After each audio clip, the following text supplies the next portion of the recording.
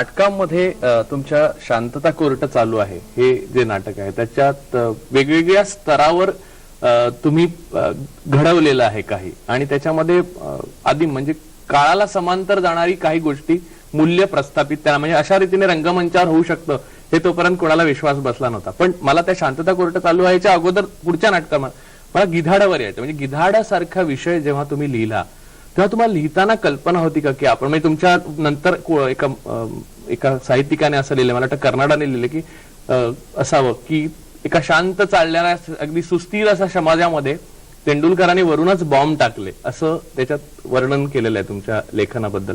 तर गिधाडासारखं नाटक जेव्हा तुम्ही लिहिलं तेव्हा तुम्हाला स्वतःला कल्पना होती का तुम्ही कोणत्या प्रकारचा बदल, कोणत्या प्रकारचं आव्हान एका पद्धतीने परंपरेला? हे कसं आहे की नाटक हे समाजासाठी असतं, प्रेक्षकांसाठी असतं, त्यातून प्रबोधन करायचं असतं. ही धास्ती तर मी आधीच म्हटलं की माझ्या मनाशी कुठल्याच लेखनाबद्दल नव्हते.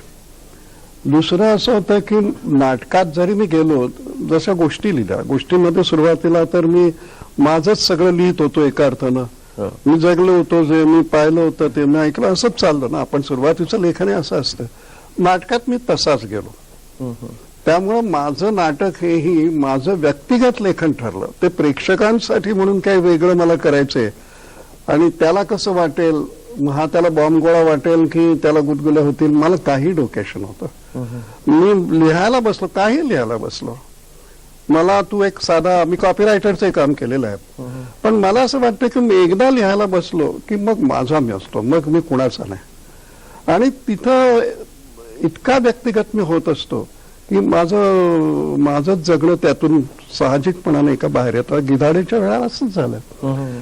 त्यातला जो विषय आहे ते जे जगणं आहे, त्या जगण्याशी माझं आता त्याच्या आधीचं जगणं तर माझं मध्यमवर्गीय सगळं अतिशय ज्याला आपण सुरक्षित जगणं म्हणतात तसं जगणं होतं. सगळे संस्कार तसे होते. माझ्या वडिलांच्या तोंडी कधी एकही शिव मी ऐकली नाही, आईचं तो सोडच. माझ्या भोवतीही कधी शिव्या मी ऐकल्या नव्हत्या.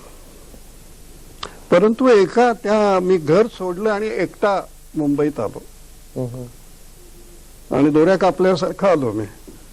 मग माझा मी काय जगत गेलो, त्यात अनेक गोष्टी मला दिसत गेल्या. एक्सपोजर ज्याला म्हणतो ना आपण, तसं मिळत गेलं.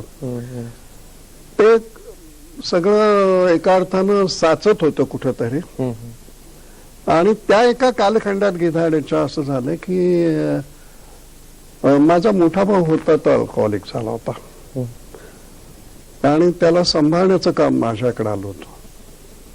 मग अनेक ठिकाणी तो जिथं असायचा तिथून त्याला घेऊन यावं लागे.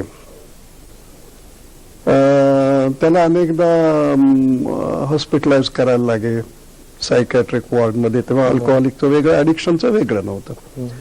त्या निमित्तानं मी हे सगळं जे बघायला लागलो ते मला इतकं वेगळं वाटलं. आणि वेगळंच नाही तर धक्का देणार वाटलं.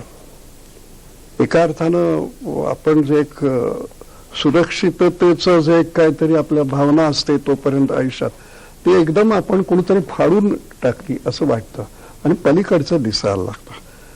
ते जे दिसलं ते माझ्या मनाशी साचलं होतं, पण तेव्हा नाटकाच्या हिशोबात माझ्या मनाशी काहीच नव्हतं. मलाच त्रास होत होता. आणि मी गिधाडं लिहिलं, तर गिधाडं माझ्या मनाशीही नसताना दुसरं एक नाटक लिहायला गेलो. आमची रंगायन म्हणून प्रायोगिक संस्था होती आणि त्यांना जरा जास्ती ज्याचे प्रयोग होतील, कारण थोडे पैशाची गरज होती. त्यामुळे त्या प्रकारचं नाटक लिहायला म्हणून मी गेलो आणि ते नाटक बाजूला राहिलं आणि गिधाड मी जवळजवळ 4 दिवसात लिहिलं. म्हणजे मी अनेकदा असं म्हणतो की ते माझ्यातून आलं. नेहमी मी त्याचं वर्णन असं करतो की ते लिहून झाल्यानंतर मुदतीच्या तापातून बाहेर आल्यावर माणसाला कसं वाटतं, तशी माझी अवस्था होती.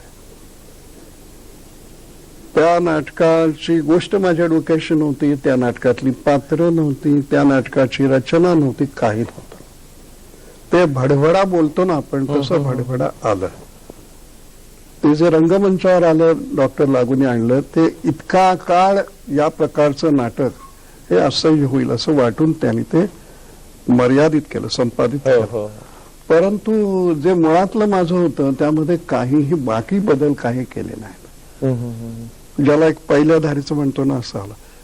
त्यामुळे हात जडावण्याचा प्रश्नच नव्हता, म्हणजे बाकी लोक काय नाही म्हणतील. नाही, मी लिहितो याचं सुद्धा मला भान नव्हतं. ते येतच होतं बाहेर. कुठून आलं काय आलं त्याला काही तात्कालिक निमित्त मला तर काही सापडत नाही. जे काय थोडं झालं होतं त्यानं हे असं नाटक बाहेर यावं असं मला वाटत नव्हतं, पण आलं हे खरं आहे. आणि तिथेही असंही माझ्या आता लक्षात येतं की ते माध्यम कुठेतरी खूप आतपर्यंत माझ्या पोचलेलं असावं. एरवी रचनेचा विचार न करता व्यक्तिरेखांचा विचार न, आता व्यक्तिरेखांची भाषा आहे, त्यातल्या सगळ्या व्यक्तिरेखांची एक वेगवेगळी भाषा आहे. याचा अभ्यास नाही, हे कुठं मी मुद्दाम जाऊन ऐकलेलं ना काही नाही, हे असंच आलं.